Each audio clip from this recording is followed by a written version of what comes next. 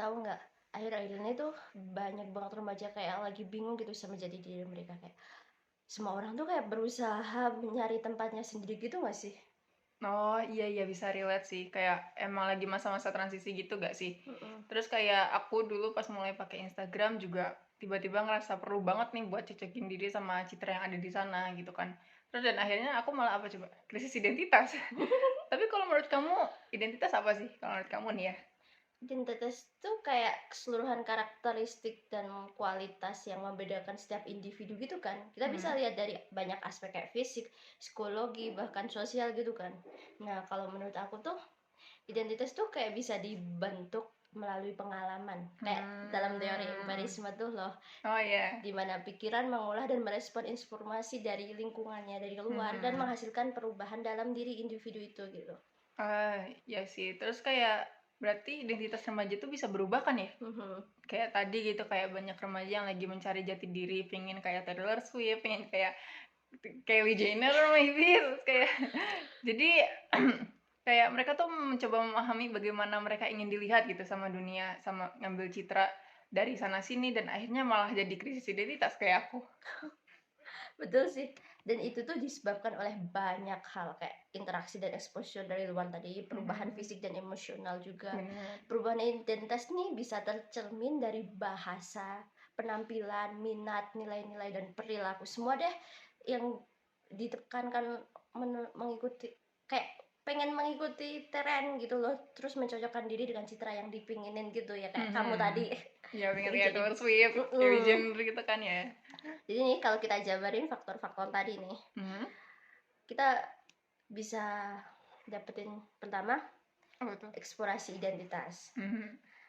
Masa remaja tuh waktu dimana individu mulai Kayak untuk jelajah gitu kan, mm-mm, menemukan jati diri juga, mm-mm. ya. Terus ada interaksi sama tekanan sosial, kayak interaksi sama teman, keluarga, lingkungan, itu mempengaruhi banget pada pembentukan identitas remaja, Mhm.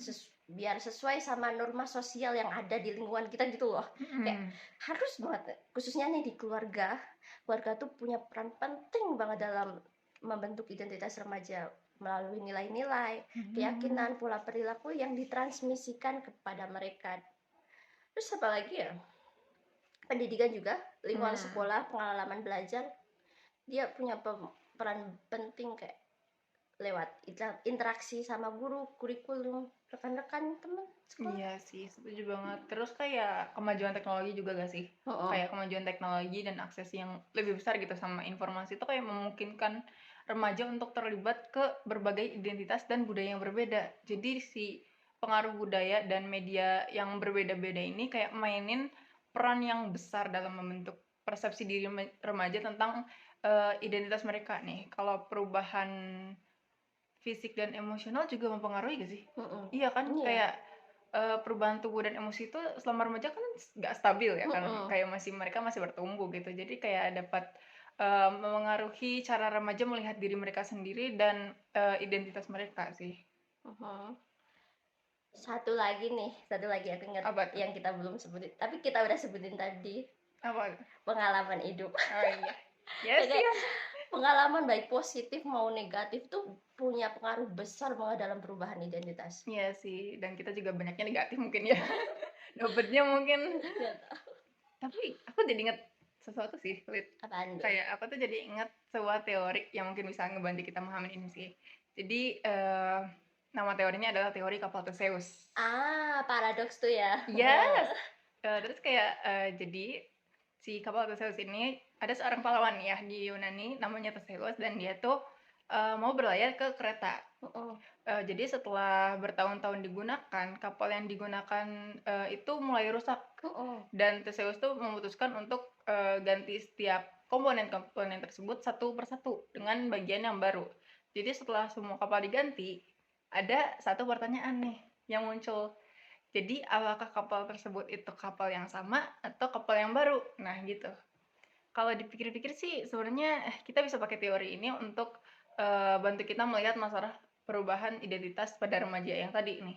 Jadi perubahan identitas pada remaja bisa dilihat sebagai serangkaian perubahan yang menumpuk dari waktu ke waktu kayak Mm-mm. komponen-komponen dari kapal tersebut. Jadi maksudnya kayak sama kayak kapal Theseus nih, Mhm.